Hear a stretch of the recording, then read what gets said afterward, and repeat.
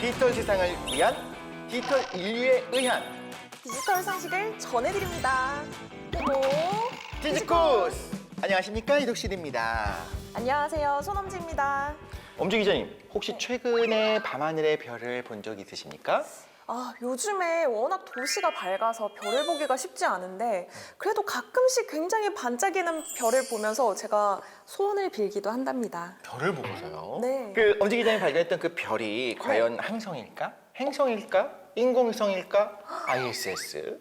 뭘까요? 그러고 보니 요즘에 그 인공위성이 굉장히 많다. 그래서 가장 밝게 빛나는 거 보면 그게 인공위성일 수 있다라는 기사를 본 것 같은데 제가 지금까지 인공위성에 소원을 빈 건가요? 인공위성은 자체적으로 당연히 빛을 내지 못하지만 네. 적절한 각도에서 빛을 받으면 굉장히 밝을 때가 있어요. 네. 보면 움직입니다. 움직이지 않았으면 아마 네. 제대로 소원을 비신 것 같기는 한데 네. 만약에 반짝이는 것이 정말 움직이고 있다면 거기다가 줄을 지어서 움직이고 있다면 네. 우리가 알고 있는 그 스타링크, 일론 머스크가 세운 그 엄청나게 쏘아 올렸던 그 스타링크일 수도 있다라는 이야기가 나오기 시작하는 거죠. 그래서 천문학자들이 얘기하는 것들이 네. 이렇게 궤적이 계속 찍히다 보니까 네. 별 보기가 어렵고 별 관측하기가 점점 더 어려워진다는 얘기가 나오는 거거든요. 그래서 우리도 하늘에서 스타링크를 볼 수 있는 것처럼 오늘 스타링크 같이 전교에도 위성 통신에 관한 이야기를 나눠보려고 합니다. 저희와 함께 머나먼 우주로 떠나볼 준비가 되셨습니까? 네. 같이 떠나볼까요? 네. 호모 디지쿠스의 세계로 로그인! 오늘 호모 디지쿠스를 찾아주신 분을 소개해드리도록 하겠습니다. 우리나라 국내 유일한 우주항공 분야, 우주산업 분야의 애널리스트시죠. 유진투자증권의 정희훈 연구원님 오늘 오셨습니다. 어서 오십시오. 안녕하십니까.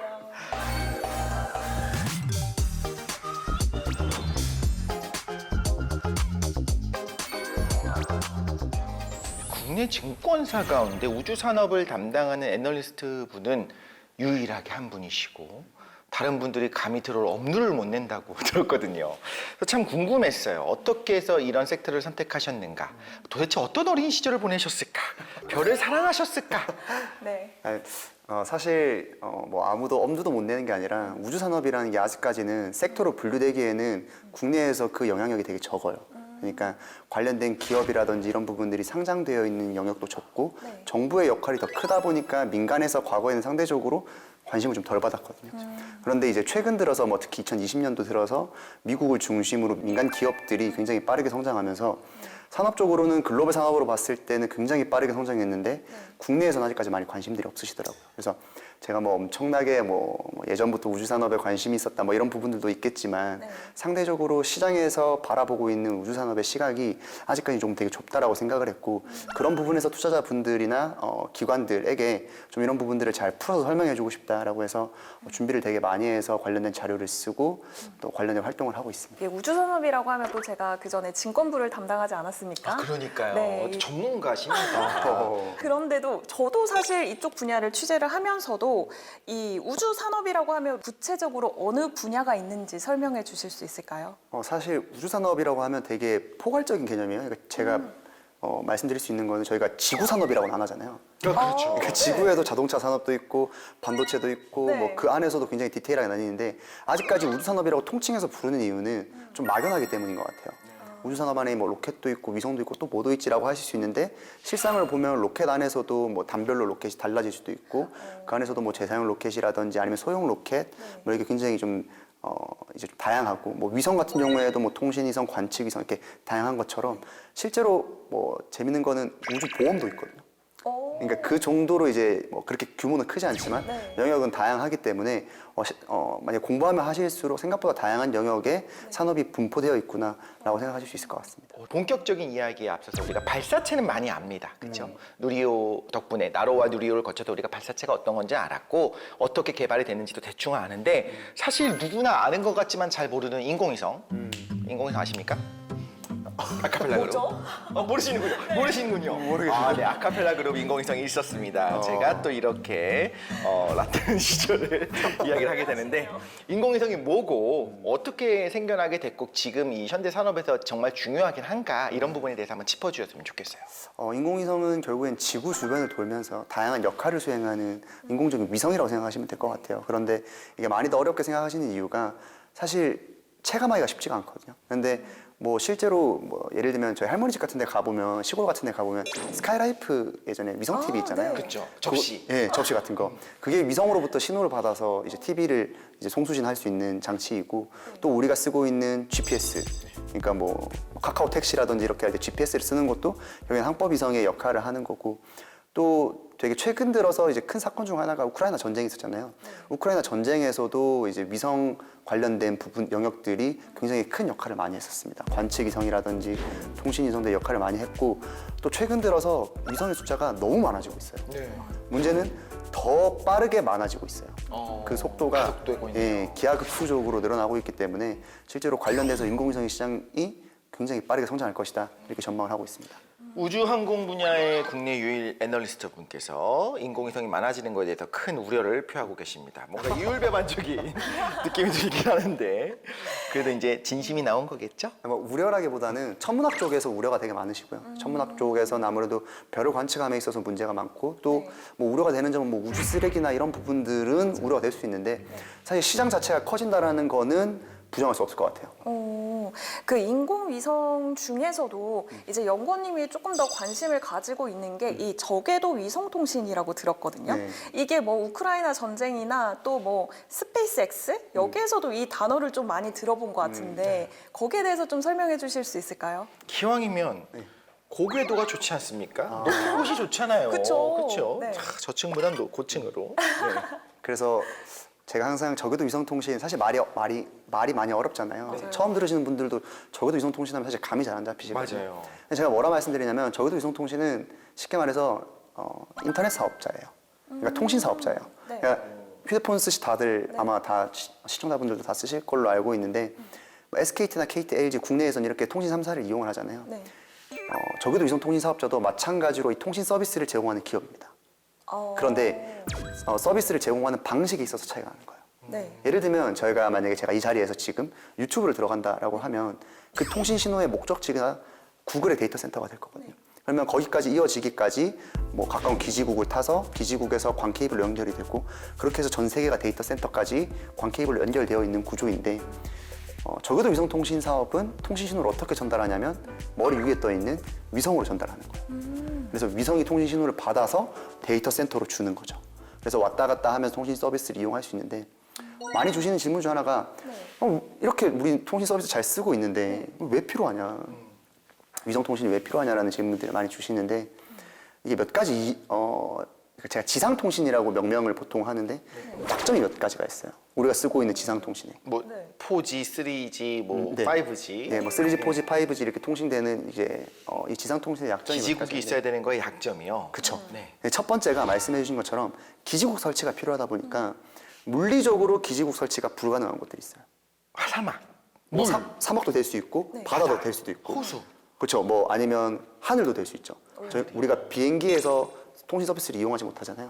그러네요. 그런 것도 될 수 있고 아니면 뭐 험준한 산지라든지 그런 지역들 같은 경우에는 물리적으로 통신 서비스를 제공받을 수가 없습니다. 그리고 두 번째는 물리적으로 설치가 가능한데 인구 밀도가 너무 낮은 지역들이 있어요. 맞아요. 우리나라는 사실 그래서 걱정을 좀 안 했는데 외국은 이게 그렇죠. 많습니다. 너무 많이 설치해야 되니까 쉽지 않더라고요. 네, 예를 들면 북미 지역 같은 경우에는 진짜 엄청나게 넓은 대륙에 있는 국가들은 그런 지역들이 많아요. 아니면 북유럽이라든지 호주 지역 이런 지역들 같은 경우에는 인구 밀도가 너무 낮다 보니까 여기에 통신 서비스를 제공하기 위해서는 광 케이블을 다 깔고 그들만을 위한 기지국을 세워야 되는데 수지 타산이 안 맞는 거예요. 맞아요. 아니 그래서 공포 영화 보면 꼭 나오잖아요. 미국이나 이런 데 보면 사막 한가운데 들어가면 맞아요. 신호가 끊겨요. 맞아요. 우리는 이해가 안 가죠. 네, 기지국이 없어서. 기지국이 왜 없냐고. 그 미국 같은 나라가. 하지만 우리나라도 지리산 들어가면 끊깁니다.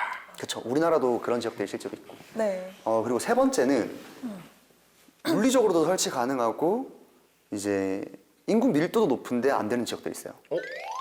왜요? 이제 경제성이 떨어지는 지역들인 거죠. 아, 네, 소위 말하는 개발도상국 같은 지역들은 인구 밀도가 높음에도 불구하고 이 통신 요금을 감당할 수 없는 지역들은 사실 그 개발하기가 쉽지가 않거든요. 그 사업자가 굳이 그걸 하지 않는군요. 그러다 보니까 이러한 문제점들로 인해서 현재 우리가 쓰고 있는 지상통신의 전 세계 보급률이 인터넷 보급률이 65% 수준밖에 안 돼요. 전 세계 인구 중에서 예, 65%가 그러니까 70억 인구라고 보면 거의 20억 넘 가까운 인구가 아직까지도 인터넷을 아예 못 쓰고 있는 거예요. 그러니까 느린 게 아니라 음영 지역인 거죠. 네. 그런데 이 저궤도 위성 통신 같은 경우에는 가장 큰 강점이 뭐냐? 네. 음영 지역이 없어요.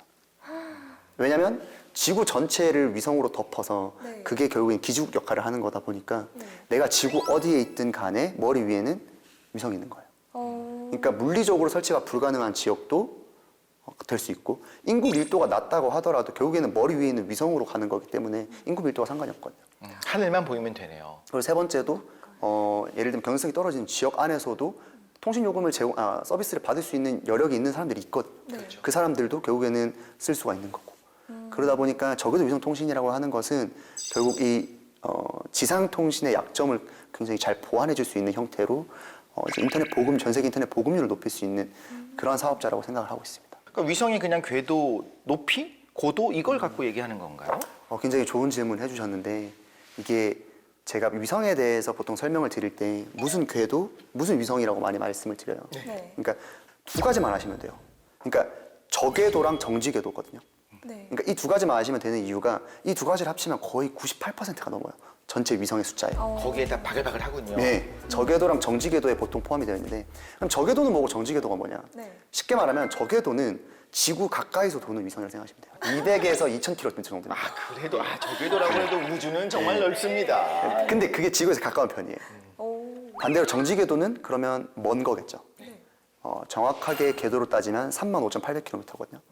근데 좀 특이한 게 있는 게 아니 저궤도는 뭐 한 대충 200에서 2000km를 했으면서 왜 정지궤도는 35,800km냐? 왜 딱 하필이면 그 지점이냐? 예. 네네. 그게 특징이 뭐냐면 정지궤도를 도는 위성은 지구를 한 바퀴 도는데 걸리는 시간이 24시간이에요. 지구랑 똑같군요. 예, 지구의 자전 시간이랑 똑같은 거예요. 네. 그래서 지구 입장에서 봤을 때 정지궤도를 도는 모든 위성들은 어떻게 보이냐면 네.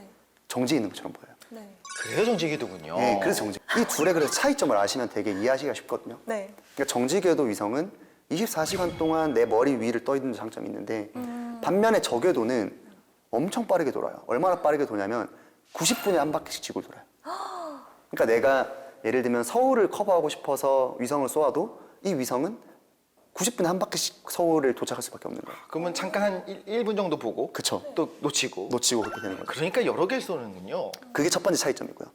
두 번째 차이점은 정지궤도가 되게 멀잖아요. 35,800km면 뭐 대충 2,000km보다 10배 넘게, 15배 넘게 차이가 나는 거니까 되게 멀리 있다 보니까 지구를 커버하는 면적이 굉장히 넓습니다. 그렇죠. 멀리 이렇게 멀리서 이렇게 볼 수 있는 각이. 거니까. 네. 그러다 보니까 정지궤도 위성은 단 3기만 있어도 지구 전체가 커버 가능해요. 그러니까 우리가 정지궤도에 더 올인해야 되는 겁니다. 적어도 되거든요. 근데 저궤도 같은 경우에는 아니네요. 수백 킬로미터밖에 커버가 안 돼요. 네. 가까이 있다 보니까. 그러니까 효율이 떨어지네요. 그러다 보니까 과거에는 어디로 많이 발사했냐면 정지궤도로 많이 발사했었어요.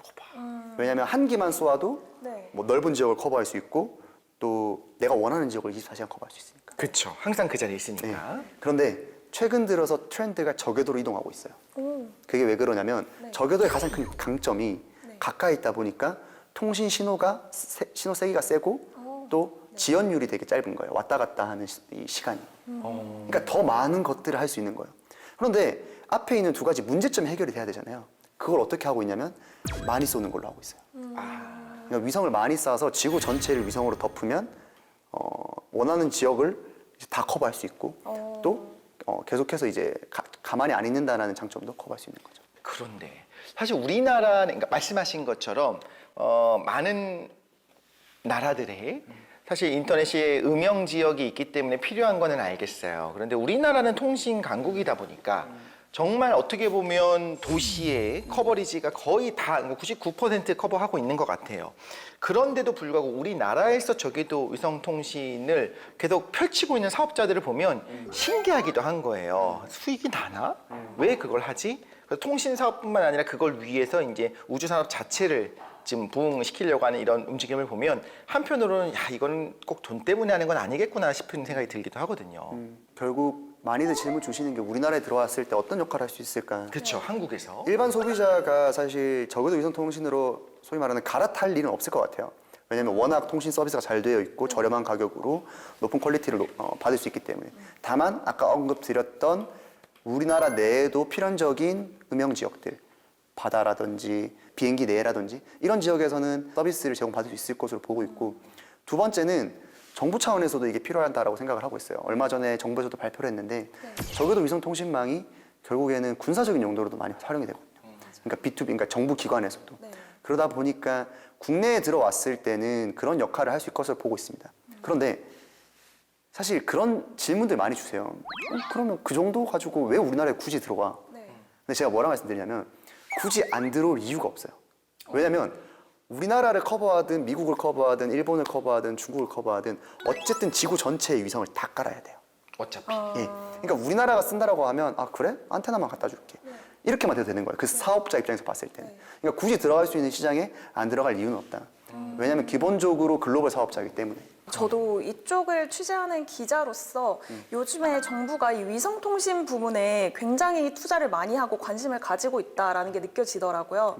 그래서 이 저궤도 위성통신 사업에도 박차를 가하고 여기에 투자금을 지원금을 얼마를 하냐 이게 굉장히 중요한 화두거든요. 그래서 제가 한번 준비를 해봤습니다. 엄지 기자의 엄지척 트렌드.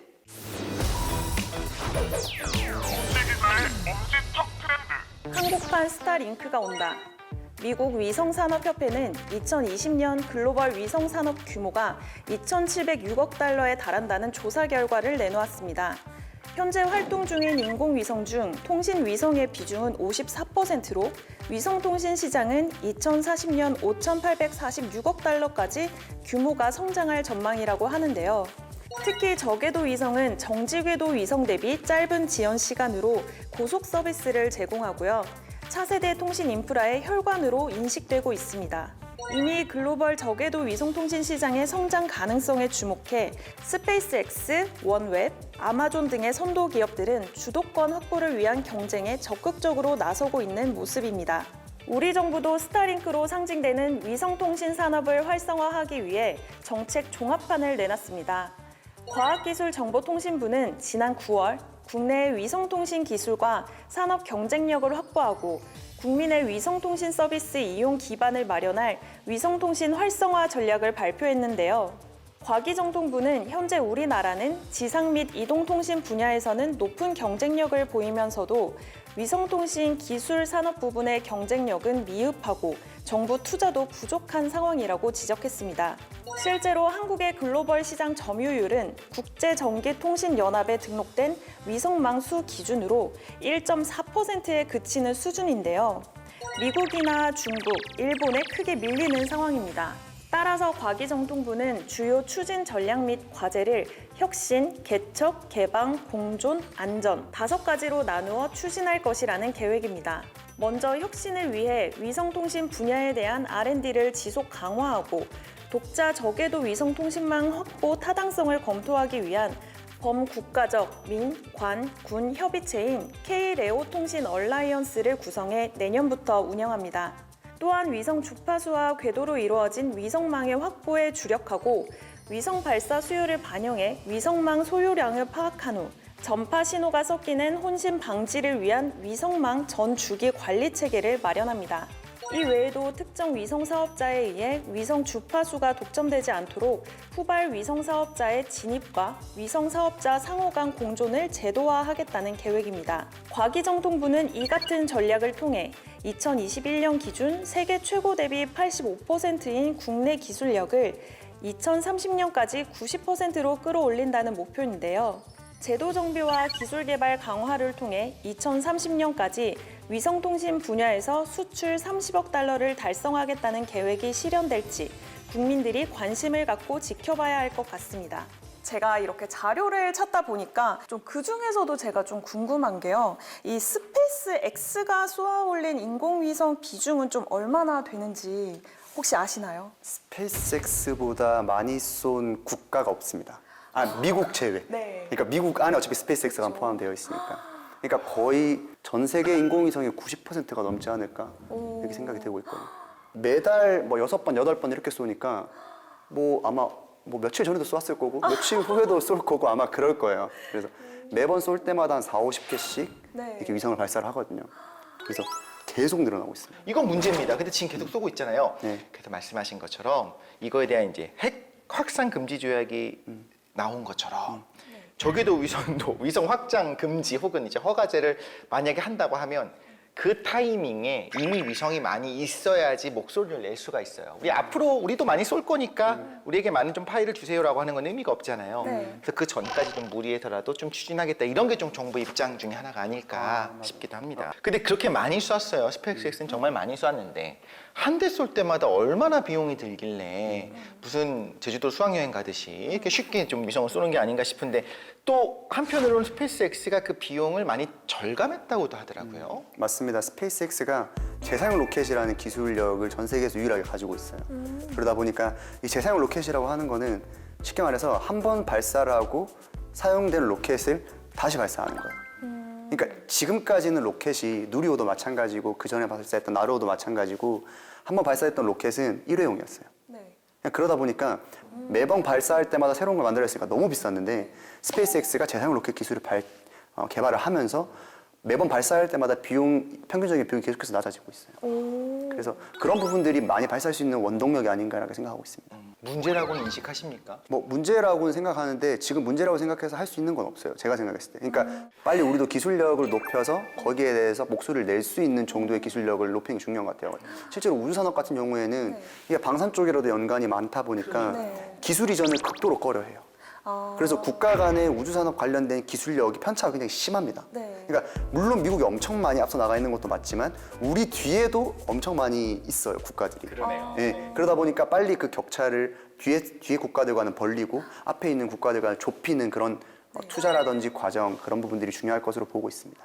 이미 좀 걱정을 하고 계신 것 같아서 제가 그 빈틈을 파고드는 독한 질문을 하나 드리도록 하겠습니다. 독하다의 독실 빰빰.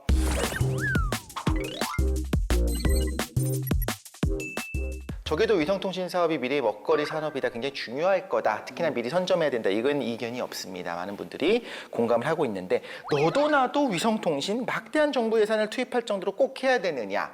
과연 이게 상업성이 있느냐? 그래서 우리나라의 어떤 시장 가치가 높아지고 우리나라의 우주 산업 분야가 발전하게 됐을 때 그냥 국방이라든가 어떤 그런 부분을 넘어서 실질적으로 도움이 되느냐? 이렇게 결국에 저궤도 위성통신만 봤을 때는 제가 아까 통신사업이라고 말씀드렸잖아요. 근데 대개 국가별로 통신사업은 과점의 형태를 띠고 있는 경우가 많아요. 맞아요. 국내에도 통신 3사가 과점의 경제를 띠고 있고 전 세계 저궤도 위성 통신 사업자도 결국에는 과점의 형태를 띌 수밖에 없거든요. 네. 왜냐면 위성을 막대하게 많은 양에 쏘아 올려야 되고 그런 절차들이라든지 글로벌 쪽으로도 많은 이제 비용이 많이 들기 때문에 필연적으로 과점 형태를 띌 것 같은데 차이점은 뭐냐면 국가 내에서 과점 형태를 띠느냐 전 세계적으로 과점 형태를 띠느냐 차이가 있어요. 그게 문제예요. 네. 지금 전 세계적인 과점이잖아요. 네, 그러다 보니까 상업적으로 봤을 때는 그 기업들이 충분히 넓은 시장을 확보하고 있는 건 맞고 그러면 우리나라 입장에서 봤을 때는 어떻게 바라봐야 되냐 상업적으로는 굳이 접근할 필요는 저는 없다라고 보고 있습니다. 그러니까 상업적으로 우리나라도 우리나라만의 통신위성 체계를 만들기에는 사실 말씀드렸다시피 국내는 통신 보급률이 워낙 높고 퀄리티도 굉장히 좋기 때문에 네. 상업적으로는 필요성이 많이 떨어지는데 다만 군사적으로는 좀 다를 것 같아요.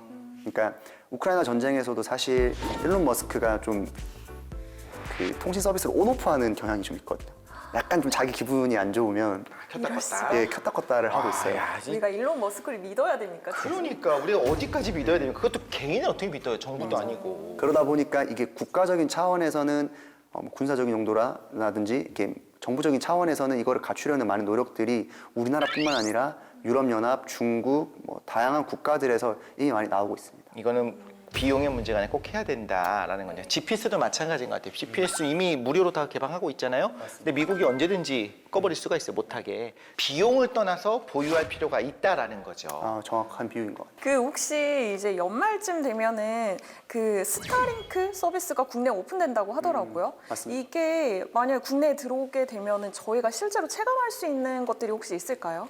지금 현재 나오고 있는 뭐 기사상으로 나오고 있는 내용을 보면 스타링크가 국내 스타링크 코리아라는 자회사 이미 설립을 했어요. 네. 네. 일단은 첫 번째로 나오는 건 B2B 서비스일 것 같아요. 그러니까 그러니까 이제 일반적인 소비자라기보다는 뭐 그런 어떤 기관이라든지 그런 공공 장소에서 뭐 사용할 수 있는 형태가 되는 게 첫 번째일 거고 뭐 더 나아가서 B2C 서비스가 된다라고 하면 서비스를 신청을 해서 뭐 키트를 받으면 이용을 할 수 있을 겁니다. 그런데 아무래도 좀 단점들이 많아요.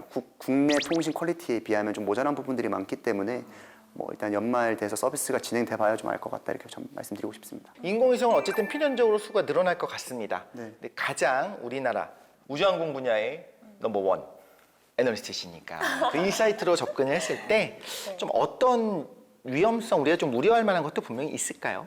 제가 관련된 분야, 그러니까 뭐 우주 쓰레기나 이런 부분의 전문가는 아니어서 말씀드리긴 좀 조심스럽지만 크게 두 가지 정도를 말씀드릴 수 있을 것 같아요. 첫 번째가 아까 말씀드린 것처럼 너무 많은 위성들이 이미 배치되어 있으면 그 다음 세대들이라든지 뭐 다른 국가들, 기업들이 진입하기 어려운 부분들이 있어요. 그래서 뭐 우리가 누리호 쏠 때도 그런 부분에서 좀 비켜줘야 되는 뭐 그런 시간대를 찾는기도 하고 그런 부분들이 첫 번째일 것 같고 두 번째가 역시 우주 쓰레기 문제일 것 같습니다. 그러니까 위성의 숫자가 물론 지금 이렇게 사진에서 보는 것처럼 실제로 그렇게 엄청 빽빽하진 않거든요. 이게 워낙 크니까. 근데 이게 위성 숫자가 계속해서 많아지다 보면 통제가 불가능한 상황이 생길 수도 있어요. 뭐 예를 들면 궤도로 옮기는 과정이라든지 이런 부분에서 충돌의 우려가 있고 이게 충돌이 무서운 건 뭐냐면 위성이 뭐 사진으로 봤을 땐 정지해 있는 것처럼 보이지만 총알의 10배 속도로 날아가고 있는 거거든요. 그래서 발사된 총알의 10배 속도로 날아가고 있는 거기 때문에 파편으로 이게 분리가 된다고 하면 그 모든 파편 하나하나가 그 속도로 날아가게 되는 거고 실제로 다른 위성들과 충돌했을 때 연쇄적으로 문제가 또 일으켜질 수 있고 그런 부분들이 좀 우려가 많이 되는 상황이기도 하고 또 추가적으로는 이제 천문학적인 관점에서 봤을 때도 천문학자들이 별을 관측하기가 너무 어려워졌어요. 그런 부분에 대한 어려움도 같이 풀어나가야 될 숙제가 아닌가 좀 공론화돼야 되고 예의가 돼야 된다고 생각을 하고 있습니다. 네, 확실히 처음에 이제 인공위성을 쏘기 시작했을 때랑 지금 상황이 이렇게 바뀐 거를 고려해서 우리가 좀 적절하게 굳이 규약도 만들고 해야 되지 않나 이런 생각이 들기도 합니다. 오늘 귀한 시간 내주셔서 감사합니다. 감사합니다. 감사합니다. 저는 사실 어렸을 때 우주와 별을 사랑하는 과학도로서 네. 더 많은 인공위성을 쏘고 우리가 우주를 개척하는 걸 꿈꿨었거든요. 네. 근데 막상 이렇게 되고 나니까 이건 위험할 수가 있겠구나라는 생각이 들기도 하더라고요. 항상 호모디지쿠스에서 전문가분을 모시고 이야기를 나눌 때 좋은 것만 보는 것이 아니라 음과 양, 그 명암을 같이 볼 수 있잖아요. 그게 정말 가치가 있다라는 생각이 들기도 하고 또 한편으로는 그래서 새로운 분야가 만들어진다고 해요. 실제로 우주 쓰레기들을 수거하는 그런 기술을 계속 개발하고 있는 한국 기업도 있습니다. 다양한 방식으로 로봇 팔로 회수하기도 하고 그물로 회수하기도 하고 끈끈이를 쏘기도 해요. 이런 식으로 하면서 쓰레기를 회수하는 기업들도 만들어지고 있는 걸 보면 또 새로운 분야가 만들어진 게 아닌가 싶기도 합니다. 그리고 이제 업계에서는 2030년 정도 되면은 6G 시대를 대비해야 된다라는 말이 나오더라고요. 이 6G는 아무래도 지상 통신이랑 저궤도 위성 통신이 결합된 형태가 될 것 같다고 해요. 이제 우리도 이런 시대를 맞이해서 조금 더 스마트한 이용자가 되어야 하지 않을까 싶습니다. 네, 지구를 넘어서 우주까지 커버하는 우리 호모디지쿠스 이야기가 될 것 같습니다. 앞으로도 펼쳐질 언티히턴 세상의 역사를 우리 호모디지쿠스와 함께 따라가 보면 좋을 것 같습니다. 오늘은 여기서 마무리하고 다음 시간에 더 흥미로운 주제로 돌아오도록 하겠습니다. 우리 같이 인사할까요? 네. 안녕.